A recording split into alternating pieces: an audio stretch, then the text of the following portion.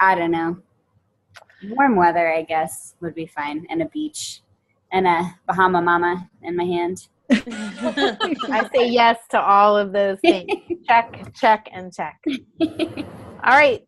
Okay, well, I started the recording. I see Anne and Rashani. You guys are on. Anne, you're on the phone. I'm actually on my computer, but I'm not getting video, so we'll take it. Whatever. Okay.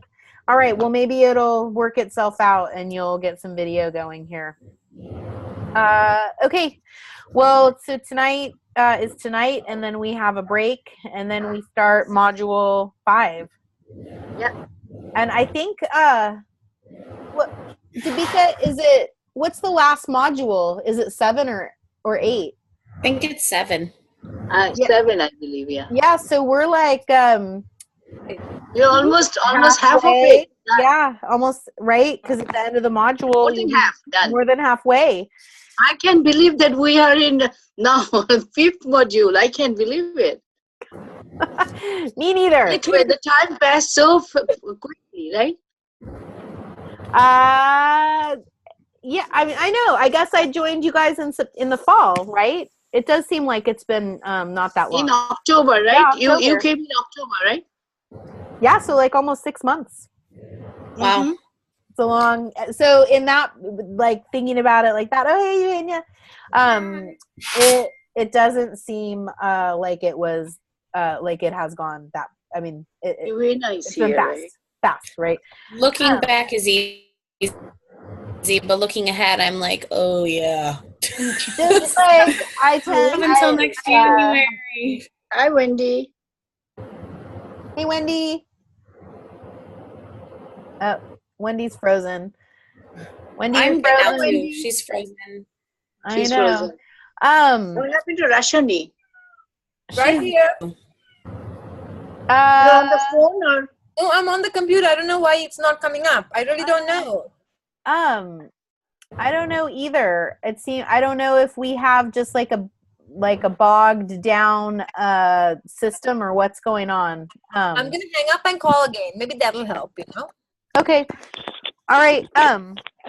Sorry, let me just make some notes here. Eugenia joined. Eugenia, I got to meet your friend Laura. Yeah, I saw a picture. She sent me a picture of you too. I haven't talked to her yet. She's not here, but I will.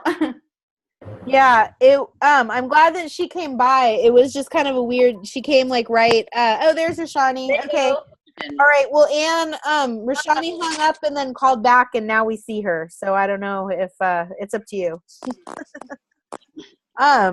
Yeah, Eugenia's friend Laura from Treehouse Montessori came to my school last week.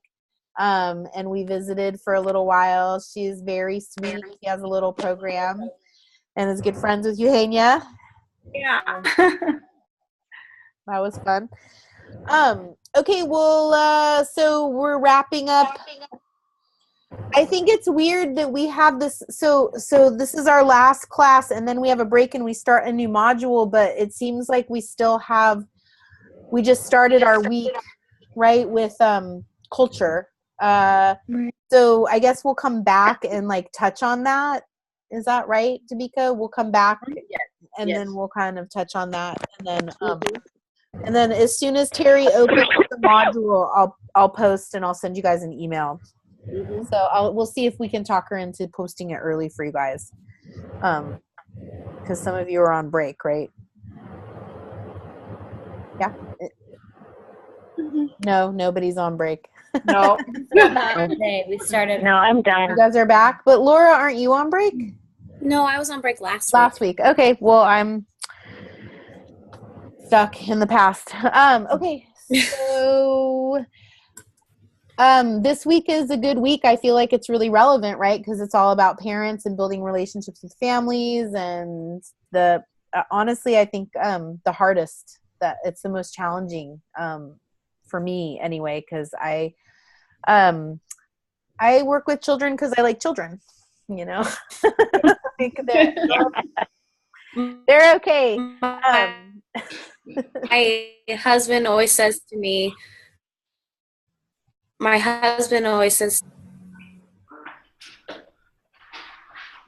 You're getting cutting off. Laura froze up. Yeah, I'm here. Okay. I'm gonna leave and try to log back on too. Maybe that'll help. I don't know. Okay. I'm not sure. Here I'm gonna send a message real quick to Wendy that Wendy, I'm are here. you there? Okay, you're frozen. Okay, I was just gonna send you. I'm here by phone because it's not coming up on my computer. Okay, yeah. Some people are having to hang up and call back in, but I can hear you just fine. So, Okay. All right. Well, here comes Laura back. That was fast. Yeah. Well, I have multiple screens open at once. Okay.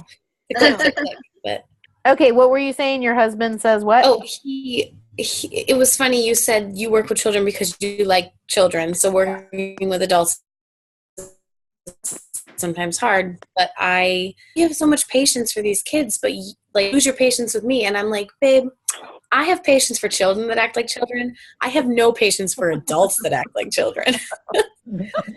That's like my thing. Word. He thinks that's good. Like, whatever.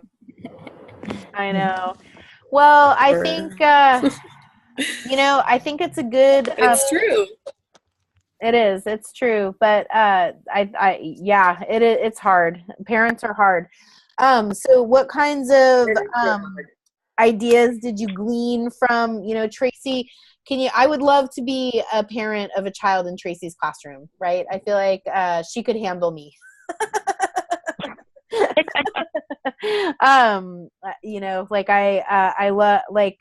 I just imagine what it would be like. Tracy's just got such a great manner and way. Did you what kind of big takeaways did you come away with, or what do you have, what's still pending for you? I liked I like how she repeated information for parents. She presented it several different ways, and she presented it in advance, as soon as possible, to sort of set expectations. And are you guys hearing me okay? Uh-huh. Okay, good. So I think that sort of letting parents know what you expect them to kind of send in with children, giving examples of different containers and things, tangible examples of things you're looking for. I feel like she's able to avoid a lot of obstacles that tend to come up. So she kind of lays it all out there in the beginning and anticipates a lot of those things. So I think that's great. Definitely. And you really do have, it's the same kind of with my staff. I feel like I have to put things out there in several different ways at several different times. And you feel like you're repeating yourself and I don't want people to think that I'm condescending, but I really think that it just takes a lot of times to keep serving information and serving it in different ways before people can really start to digest it, Right. And parents are different learners too. Some parents are visual and they need to see it written and read it. And then, some people are more auditory, need to hear it expressed, and some people are both, and everybody benefits from an example. So yes, I think definitely. It's very thorough. I love the way she's so specific too. She was talking about, I have a meet and greet with my new kids that come in, but it seems to never be 15 or 20 minutes. It's always an hour long, and it's too long. So I love the way she was so specific of after this work, it's time for your child to leave. She just says what sometimes I'm a little too shy. I'm you need to leave now, but I don't say that. So I like the way she sets she lets the parents know what her expectations are and holds to it. So here at our school, we, parents don't leave. They just don't want to leave. And it becomes an issue because they stay, and then, I understand that I stay, but then when we have come up with this, we just use the state now. We say that the state requires that whoever who's in the classroom with the children, cleared, have ground cleared. I'm not going to say lie, but you're it's just, our license doesn't allow it. Good for you.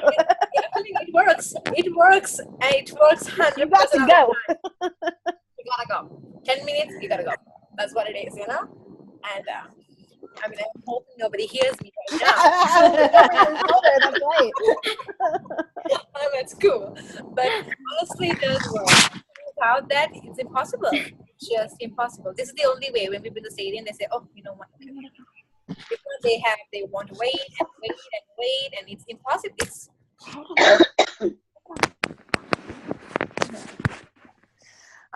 well, I think go ahead, Wendy. Yeah, sorry. I wasn't saying anything. Oh, okay. Oh, I was just going to add that I think parents like when you predict for them, like what the sequence is going to be, because parents have a lot of anxiety about the separation as well. And so you're letting them know what the expectation is, but you're also maybe easing their anxiety by predicting the sequence for them. Definitely. I think that especially, you know, that parents really do need us to set the parameters and to guide them through the process. You know, like I agree, Chris. It's really easy to kind of let those visits go, and then you're like, oh, you know, I really had something to do about 20 minutes ago. Yeah. So I've learned, like, just being very proactive, like, and precise. Like, the visit is going to last this long, and I'm going to start to hustle you out the door about 3 minutes before I told you it would end. And so just really making sure that parents understand, because I think that honestly, they want to, just like the children, like they want to go with the flow, like they want to do, they want to do the right thing, for lack of a better word, but they don't always know what that is. So well, and I think we're skipping over, because I like the way that she does her transitions them into the classroom. So I really like that idea of them coming for an hour during class and then the next day. I think it would eliminate that too, first of all. So. Yeah, I do. I mean, my system's pretty similar to Tracy's. So I do like a home visit, and then we do an afternoon visit with a parent, and then so it's just the child and the parent in the afternoon for half an hour. And then we bring them back the next day. So the parent brings the child at like 9, and they sit in the room with the child for an hour. And then we do 2 short days, so 9 to noon. And then the next week we might extend into nap. So parents have to budget like a full week for the transition. And in the infant room, we do a week of half days. And that is not how we started. We started them kind of on the same schedule that we had done the toddlers. And they need a week. We all need a week of half days, because they need a week. So we don't do that. We just do like the parents tour, and then or the parents turn in their paperwork and say we're interested, and then they bring the parents around for a tour during the work cycle, and then they make an appointment to bring the child back for like 20-minute visit with just the teacher and in the classroom. And then the child starts. Sometimes we can work with them, and I've had kids where they started half days and then went to full days, but not a lot of times. And I've really talked to my director about the home visits, because I really like that idea. And she agrees with it too, but it's just the dynamics of changing it, It helps a lot, I gotta say. And my preschool teachers do a home visit too. Like they go out when the child moves, even from the toddler community, even if it's a sibling, like even if we do a home visit again. There's just something about I've told you guys I don't like crying, right? I've told you that. It hurts my ears. Like, I don't like that. So I would rather put the work in on the front end, because I don't like to hear cry. And also, I feel bad for them, like it's so sad. They don't know me. And I'm like, here, let me expose the most personal, private part of your body so that I can help you. It feels hard to me. It is. So I want them to know me a little bit. Like, they still cry a little. I found that how do the children do with that kind of a transition, Chris? Exactly. Some of them are really hard. Some of Yeah. them, like last year, I had a little boy that would come and just cry so hard he would throw up, and I Poor buddy. just would have to take pictures of him when he was happy and send them to his parents. And I told him, like, you have the toughest job because I don't know if I could do this. And he was one of the ones that we could adjust it because his parents had a flexible schedule like that. Well, grandparents were here to help out with that, but sometimes we can't. I mean, but it's hard. It's hard. And when they first transitioned, like, we had some come in January, and it was hell for a couple of weeks. I mean, we had 3 new kids, so it was really hard. And they are really 2 of them were just turned 2 and hadn't been away from their mom, and so there was a lot of crying. It would not is. have liked my room. Actually, the separation and the bonding needs to work together. So it is very hard for the parents to be separated from the children. So at the same time, if we give them enough time to build a bonding relationship with the environment, not with the teacher, with the environment. When I was taking the training, Jeannie taught us, actually we did the practical thing with her also. Jeannie Varga I'm talking about. And parents used to bring the child, and the parent will be sitting in a parent's chair, and the child will be with the parent for few minutes, and then the child will go to the working, materials or something, back and forth. And we will allow the parent to sit in the classroom so that the child knows that my mom is there or my grandma is there, feels secured. Until the child is secured and parent is not secure. And so when I started my infant orders program, I had the one-sided mirror. And the parents used to sit behind the mirror so they can see their child in the classroom, what is happening. And whenever there was a chance that the child will start crying or missing mom, the mom will just enter the room. So the child sees the mom is there and be secure. And I let it go for 2 weeks. They will keep doing that. And once the child gets settled with the other children or with some activity or with the teacher, parents are very comfortable to leave, and they will leave. I didn't have to tell them that you have to leave now. So they did it, naturally. When they see that the child is really comfortable in this classroom and child is not looking for me, sometimes they feel even bad that the child is not looking for them. Because, the anxiety, the separation anxiety is more parents than the children. It can be. Yeah. So I had a room there, a parents' room for the coffee break. They will they take the coffee break, they will talk to each other, and then they will go back to the other side of the mirror, window, and they will sit there and watch their children. So the transition was very smooth, and the approach was more like homely situation. And when I was working in Westside Montessori, I was mentioning to somebody's discussion that I'll talk about that. With Marlene Barron School in Westside Montessori in New York, it was mandatory that we had to have home visit for 3 times a year for each child. Wow. So beginning of the year, when we went there, we introduced ourselves, and before that they had a meeting, orientation day for the parents with the director, and she will introduce all the teachers, and then we will set up an appointment and we'll go and visit their house.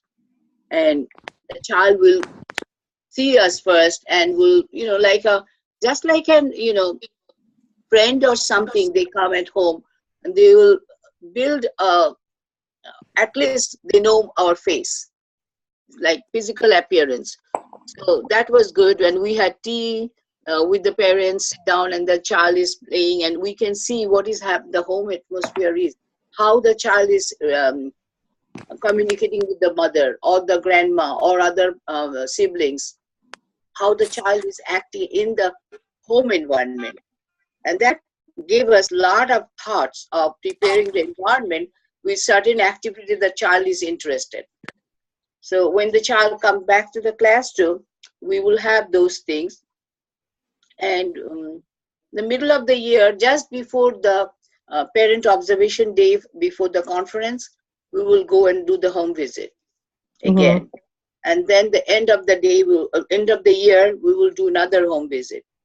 And so it helps us to build a relationship and make a bonding with the children and the family. And the parents were more open to us to let us know what is really happening with the child. If there is something the child likes, or there must be some conflicting situation at home, they could share it with us.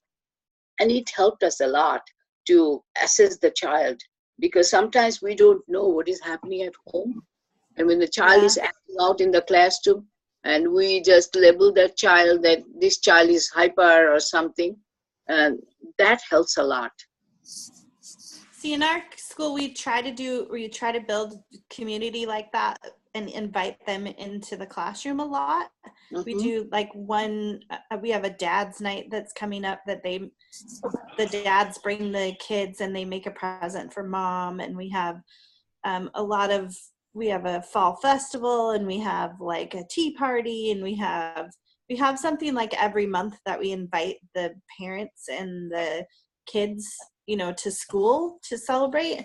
But it makes so much sense to be in their home where they're comfortable at first, like Mercedes said, the kids don't know me at all. So why,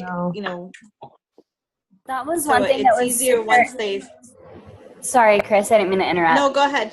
I was just gonna say that my big takeaway from this past week was like the importance of home visits, which we learned about doing home visits when I was in college. Like I've never done one. We don't participate in them at the school that we work at now. Even in the preschool side, they don't do home visits. And in fact, our policy for transitioning is like they want to keep it to 3 maximum times that the child will come and observe in our or be in our environment, because they don't want to draw it out too long, which made sense to me. I was like, yeah, you don't want it to be too long and drawn out of a process, because some days they'll be in my environment, but then they'll have to go back to the infant room, and it confuses them. So I was like, oh, that makes a lot of sense. But then after reading this and reading about this week and watching the videos, I mean, I feel like it should absolutely be a week. I'd love to be how you said that yours was a 2-week long process where they came in, and I can just I can imagine going to my directors with this and suggesting something like that. I think they'd be totally about doing home visits. But if I just can imagine if I were to tell them oh, we let the parents come in and sit with the child and you just make it longer and longer over the the course of these 2 weeks or whatever. I can just hear them saying there's no way we could do that, or and I don't know why. I think because it's it can be a little bit of an inconvenience having parents in your environment, and so I get it, but it's I mean, I'm trying to do a thing, get certified in Montessori, and we're learning about how great some of these things are, and that's not to say that they don't agree, but I feel a lot of times if I were to bring something up like that, they'd be yeah, I just feel we can't, that's not something that we can really do. But I'm definitely going to try to get on the bandwagon for home visits. I think that would be really a great, even just to get to know the parent, or put a name to the face with the parents, and I think it really sets the tone of a relationship. Yes, it does. Yeah, one thing that we found. Really does. Can you guys hear me? Yes. Yes. Great.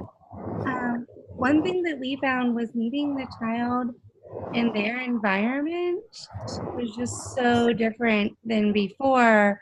Even when they came in to do just really informal things, kind of just being on their turf made such a big difference that even if it took them a little while to warm up, eventually they wanted to show, a toy, or sometimes they want to show you, even their bedroom or whatever.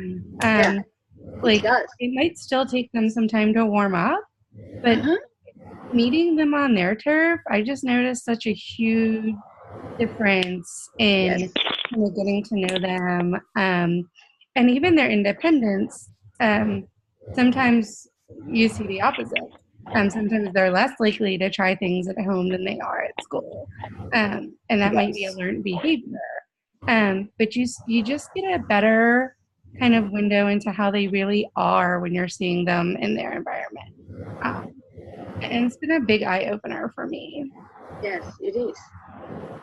When we were in residency, we talked about home visits, but I found it strange when we started classes that a lot of schools were not doing the home visits. They weren't incorporating it yet. So it's really good to see and hear that some of you are doing it. Mm-hmm. Who does do home visits? Nobody. Me. I did them at the last school where I worked was not Montessori, and that was the first time I had ever heard of going for a home visit. But I went with the head teacher, and I thought it was really great, and so I'm going to definitely push for that for us next year. I had one little boy who cried for like 3 weeks, and it was really distressing for the other kids and for me. And I think had we had a chance to spend a little more time together in his own environment, I think it would have really helped him. Because he just kind of felt abandoned. And he would get so upset that, I couldn't even get him interested in anything until I found a praying mantis. Brought it into the classroom, and he just loved that. It actually made him stop for like a whole 2 minutes. I do not know how you would find I think I'll bring a praying mantis in. That's what's gonna. That's so funny that's what it was. I would never in a million years think praying mantis will solve this issue. Well, it was just it was hanging on the wall right outside the school. So I said, well, I'm just going to catch it and take it in. I didn't know that would be his thing, but it was. Yeah, sorry, go ahead. Casey, did you have something? Yeah, so I was just wondering, how you guys, well, I guess no one else really does home visits, but so Mercedes or Davika, what would you do? Do you have specified dates once a year that you do home visits, or I've got friends who are with me, a couple years at a time. So would I do a home visit at the beginning of each year, or do I only do it for new families coming in, or how does that work? You just do it. What I did in the beginning of the year, and that really helps. Like Anne said, it helps the child to warm up and build a relationship with me, and the child will take me to the bedroom, to his playroom, everywhere in the house. The first time was like this, but second time when I was planning to go there and we made an appointment, the child was really looking for me that I'm coming. He was standing by the door that Miss Davika is coming, like that kind of thing. Because when a child sees that you are sitting with his mother and having a very friendly conversation and building a relationship, the child feels more secure. That person is my mom's friend. Right. And then the child comes in the classroom, sees me and working with him. And then when second time I'm going there, he was conscious that I'm coming, and he was waiting to show me some of his toys that daddy just bought, like that kind of. At the end of the year, we had to make another visit before we had the parent-teacher conference and parent observation and the report writing, final report for the end of the year. We had to do a home visit. And that time, actually, the child will start playing with me. First thing, he will take me to his room and will start showing all the materials that he has, all the toys, and he will play with me. I will spend more time with the child than the mother. And mother will be just observing.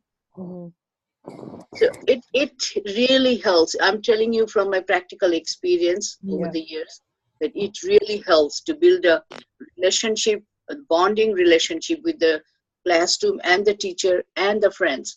And that helps the mother to be more secured. And you don't really have to tell the parents, do this and do that. They will know it because they will be so much secured and comfortable leaving the child in your hand that they won't worry about anything. Right.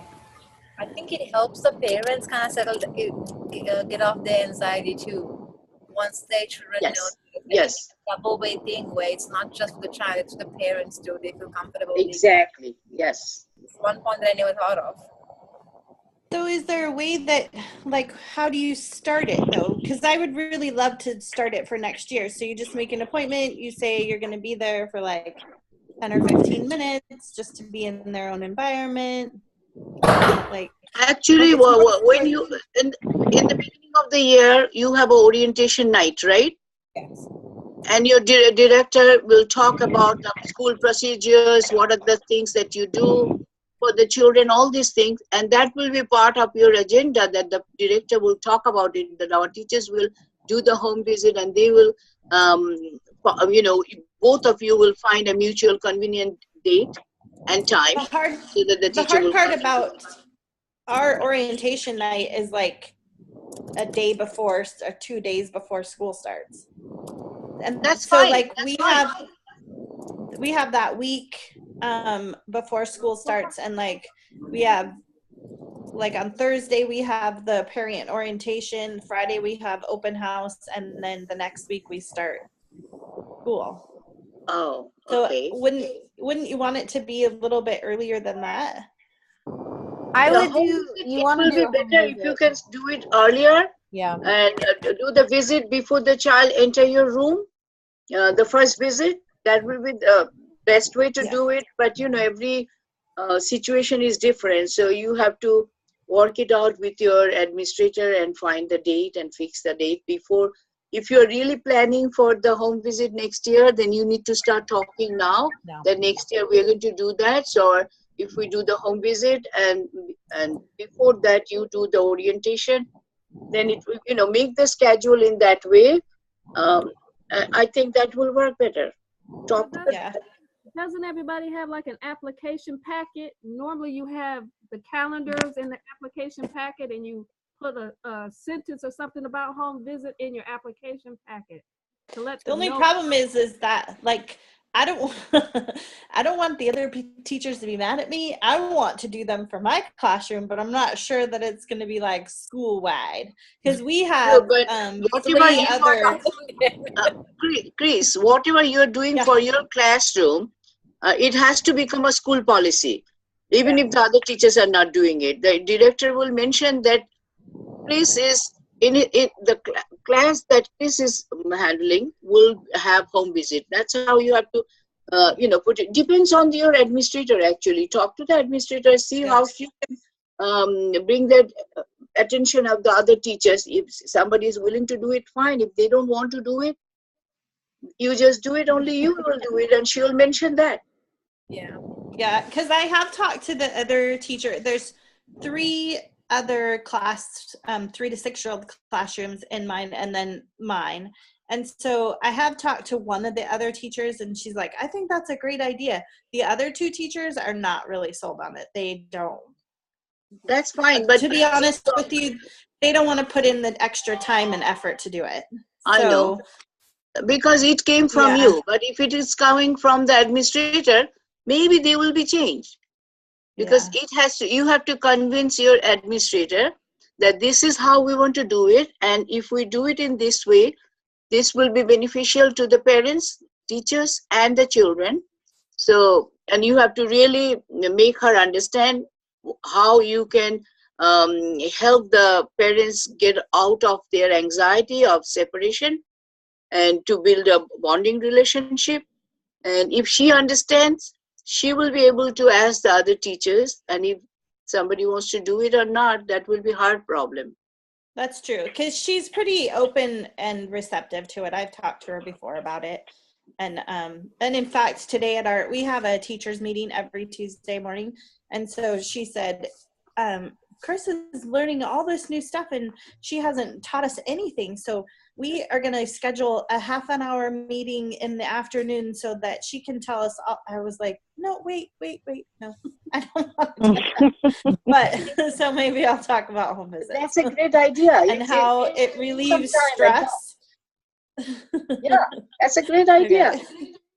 So you can pick up one topic at a time and 15 minutes you talk over that topic. That will help. I wanted to add too that home visits don't only reduce stress for the parents and the child, but they also give you context. I mean, I think Anne talked about this a little bit about the information that she gets about the child and obviously about the family and the culture. And I can't remember, what was the diagram that we talked about last week? What was the family cycle diagram? What's that called? I know what you're talking about. Remember, you learn about like the input of the family and the output of the family and like what that family is like trying to accomplish. It's the You know what I'm family. talking about? I can't remember what it's called either, but I know what you're talking about. Like, anyways, I think that helps you to understand sort of where parents are coming from and to find common ground and to and to remain peaceful and understand sort of what's happening in their family and what obstacles are happening and how the child might be affected by those things at home. So a home visit, seems to have many benefits. Of course, benefiting the transition, but also letting us get more information about possible points of interest, and then context of how to collaborate with this family. So, I can say I don't have a lot of experience as a Montessori teacher at home, but I've been consulting in homes for years as a behavior analyst, and it's a different environment for sure, and you don't have control over what happens in a home, but you can observe a lot for sure. I bet that totally opens up a new perspective. I mean, I have a parent today, and I've had her child for 2 years, and she's got some like hearing problems, and I've been really after the parents to like get her hearing checked, and she just different things, low muscle tone in her legs, and her parents are just not receptive at all. And like this is the first time, the last month or so is the first time that she actually like sat down and talked to me and came to a parent teacher conference. And I was like, wow, what is the deal here? Like, she's so involved right now. But she told me today, she said, well, I really want my younger son to come to you next year. And I thought, oh my gosh, I've been talking to her for 2 years about her daughter, and they've done like nothing to help this poor little girl, and they bring her late all the time, and they're like gone for a week and a half, and she'll come in at like 10:30 and like leave at 11:30, and I'm like, oh my gosh, I don't know if I can handle your son or you another year. But that makes so much sense. Like if I did a home visit and saw what their home was like and what her, what her input of the family's input would be, I think it would make it a lot different. It would make my perspective on her parents a lot different than what I have now, I think. Right. What do you do with a parent who just really seems disengaged and doesn't come to the conferences, doesn't come to the parent nights? She doesn't even communicate with me. She'll communicate with my head of school. And I know she has a prior relationship with her. Right. But still, I'm the child's teacher. If she has a question about what happened in class that day, why is she not asking me? I would expect a little more support from your head of school, honestly, too, from with that respect. Like we're really clear in my school. Communication is kind of a giant, like I feel like every single issue that ever happens in our organization boils down on some level or another to communication. And so it's something that I think about a lot. And so we have really clear chains of communication, and it just and so and sometimes parents like to jump over the teacher directly to me, and I'm always confused by that, so I kind of put them back down, like, hey, let me put you in touch with the teacher, and this is something that the teacher can handle, and if this is something that you guys can't handle together, then come get me, but you don't need me for this you don't need to loop me into this. So I would want that could potentially be a conversation that you have with your head of school, and just say exactly what you said. I recognize that you have a prior relationship with this family, but I feel like it's important for them to communicate with me, and for the parent to communicate directly with me to avoid any. She forwards things to me, so I do see what's going on, but I just don't see why she has to be involved in most of it. It's like, well, why does Bella have a scratch on her head? Well, the head teacher wasn't in the classroom. I'm the one who was there. Right. And I probably did send an incident report, but the nanny might not have given it to you. Or here's an idea, look in her backpack. Right. I know, it's frustrating. Well, and does the mom know that to look in that, is there some sort of critical piece of information that she's missing, that she doesn't realize that communication happens through backpack mail, right? That would be, what you want to, that's kind of one of the things that you would learn going to the home visit. I do one home visit before a family starts, and then I don't typically go back. Although when there's been a hard transition, I've offered to go back and do another home visit to see if that will help. But it's never really come down to that. But I don't know if can you invite this parent in? What are some other ways that you can develop that relationship so that she feels like she can communicate with you? And then also, what infrastructure exists in your school that directs the chain of communication? Like, what can you refer, back to so that it kind of channels back? I don't think we have anything formal. This is only our second year of operation. Okay. And the mother, I don't even see her at drop off and pick up, because the nanny drops her off and picks her up because mom has some high powered job. Right. So there's just I've never even seen the father. Wow. And it's just a real distant relationship. Yeah, it's hard. We have parents in our community who are surgeons and lawyers, and they really do. I have no idea what kind of pressure that feels like, honestly. And I feel like I know what pressure feels like, but when so it's tricky. And I think that parents do a fair amount of compartmentalizing, in terms of, this is the nanny, I hired the nanny so the nanny could take the child to school, and they just don't look at school as that's like I get to check that box. My child goes to Montessori school, good. I got the nanny, good. I got the housekeeper, good. The dog walker comes, and and that it's just, that's how people. I don't know what that's like, but I know that I know people live like that. So I have one of them in my classroom right now, and she's never come for any of the performances of parents.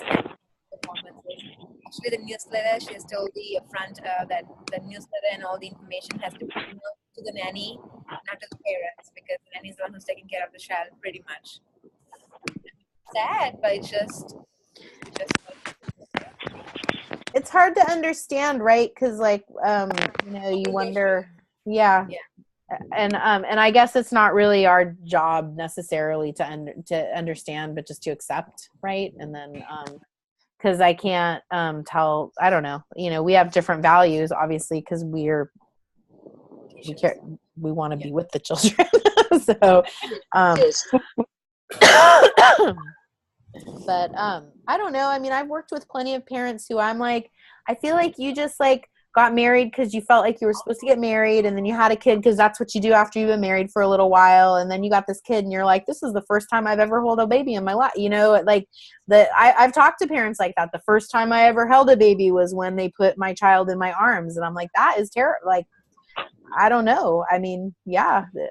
Seems a little reckless. You got a long way to go, and that's, I think, the more clear we can be on multiple levels about our expectations, the better. And then, oh yeah, the other thing that I was going to say, I know that not many of you are infant teachers, but one of the things that's really beneficial about the home visit in the infant room is that we really try to do a continuity of care. And so the teacher will go to the home and say, show me how you feed your baby. Tell me how you feed your baby. How do you put your baby down? How does your baby like to be held? What do you do so that we can kind of do the same things at school that they're doing at home. And that it looks a little different with the toddlers, but those are also conversations that I have with parents. What do you do? What upsets your child? What do you do when they are upset? Like, how do you, discipline philosophy at home? How do you, because the more we can be partners in that process, the better off the child. So, Mercedes. Yeah. While I'm thinking of it, I'm sorry, I didn't mean to interrupt you. Were you done? I was winding down. You were talking about your school and questions that you ask for, infant teachers might ask. And it sounds like you've been so thoughtful in your lines of communication. And I can imagine that your parent handbook is very informative. Is there any way that's so funny? Share?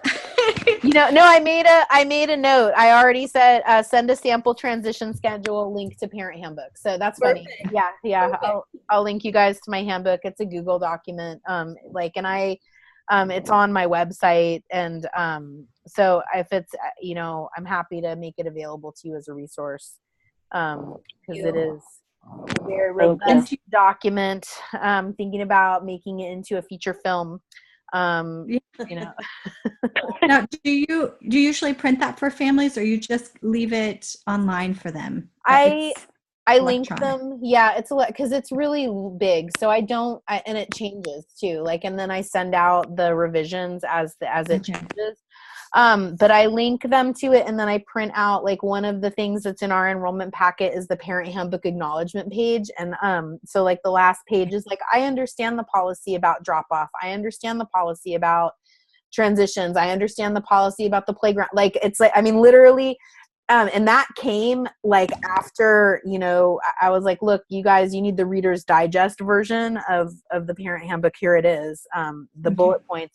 And then I even had a parent who kind of pushed back a little bit when I was like, no, you can't bring your child after their doctor's appointment because, that's our policy. And she's like, well, I don't remember. And I was like, so I don't want to be that guy, that guy that sends you the copy of the thing that you signed where you did acknowledge it. I'm sorry that was, you just kind of put it in, but maybe you want to actually take a look at all, all the things that you said you understood.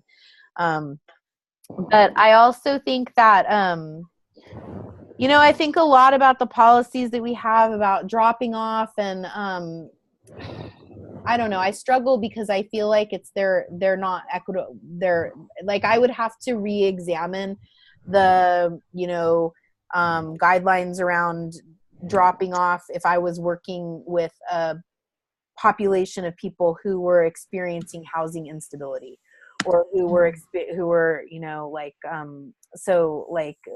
because it's not an equitable practice to be like, yeah, actually you can't come after 9:15.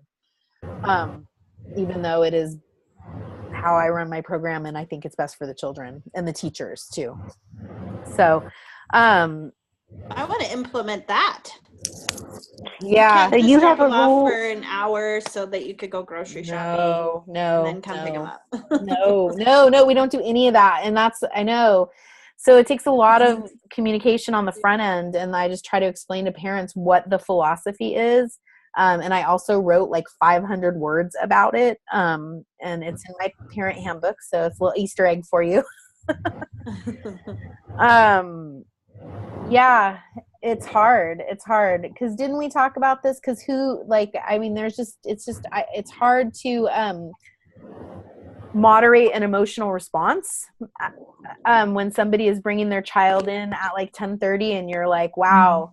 And so I feel like I have to protect my teachers, and I have to protect the child too, because when you're angry, like that energy gets communicated to the child and they're like, why are you mad at me? So it's just like it's a multi-layer protection from. Yeah, the parent, actually one of that same parent came in today and dropped her child off at, it was like 10:15, and I was in the middle of something. Well, we made water beads yesterday, and we were in the middle of squishing water beads. I mean, it was a huge mess, and I couldn't leave that and go greet her and give her the proper greeting. I felt bad, and I'm sure that she wasn't very happy that I was just like waved to her and then went back.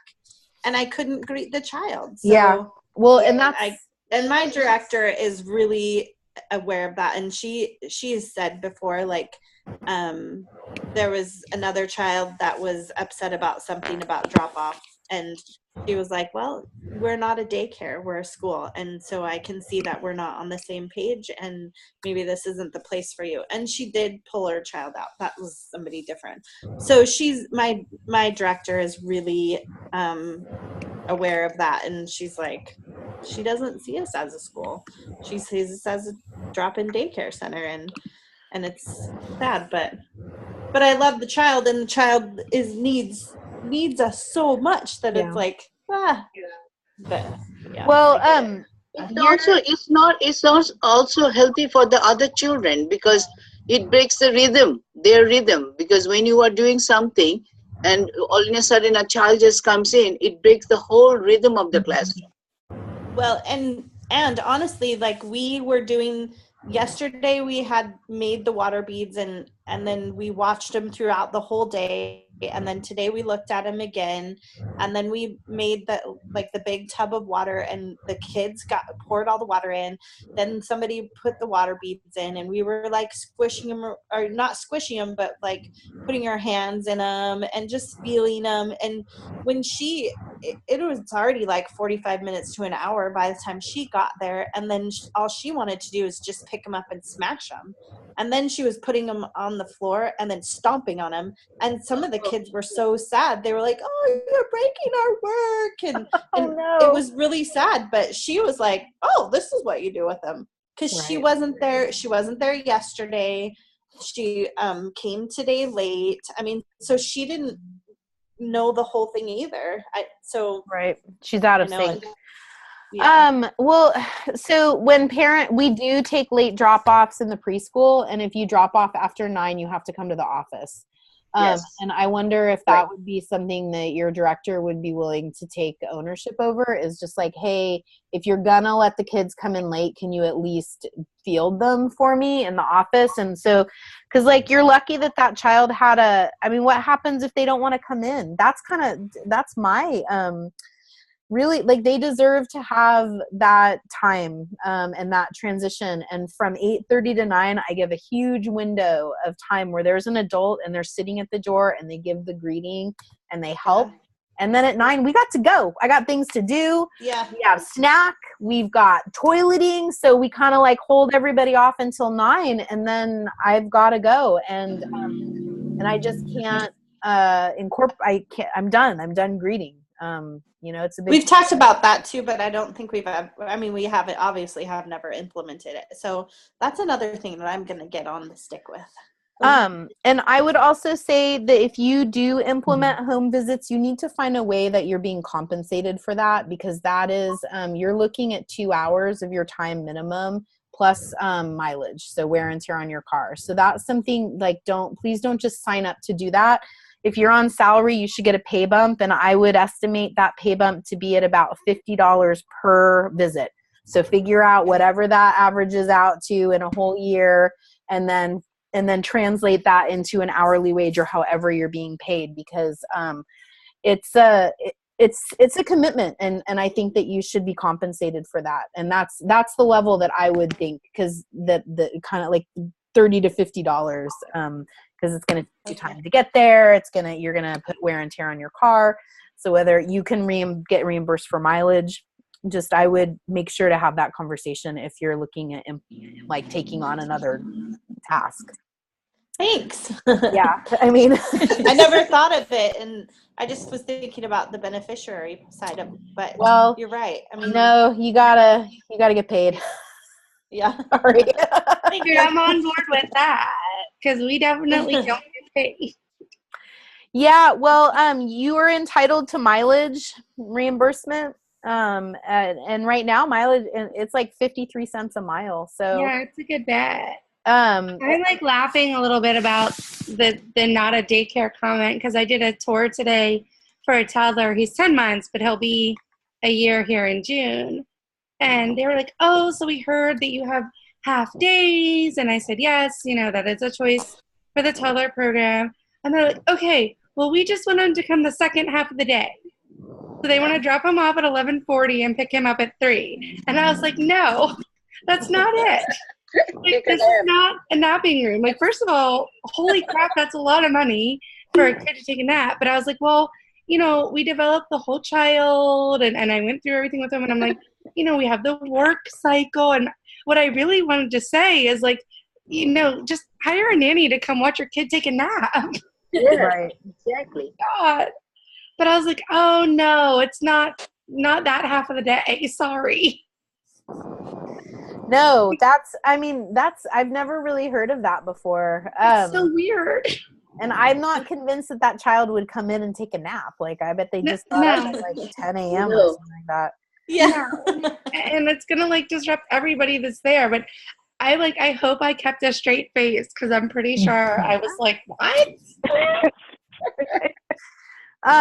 Yeah, so I don't know what they'll do, if they'll enroll him full day or not. But I was like, oh no, what you need is a nanny. Well, and I've been actually really assertive when people start talking about daycare, and I'm like, well, we think of ourselves as a school, and this is why we think of ourselves as a school, and so we call it school. It's a baby school, but it's still school. And I just, I have kind of like a little spiel about the daycare. And I'm like, I just, I don't want to feel like offended, because daycare is whatever, I understand, but like, we're not a daycare. I worked at a daycare, and we're not. Yeah, that, it's very different. It's really different. Well, I think it's different because we're teaching the children how to take care of themselves. I just visited my very good friend that owns a daycare. She just opened it this year. And she's a great person, and I love her, and she's got really great, and it was really funny because she said, I really want to get your take on some infant. She just adopted a baby, and so she's like, I want to get your take on some infant things that I can do that are Montessori for Paxton. And I was like, yeah, of course, I'll tell you.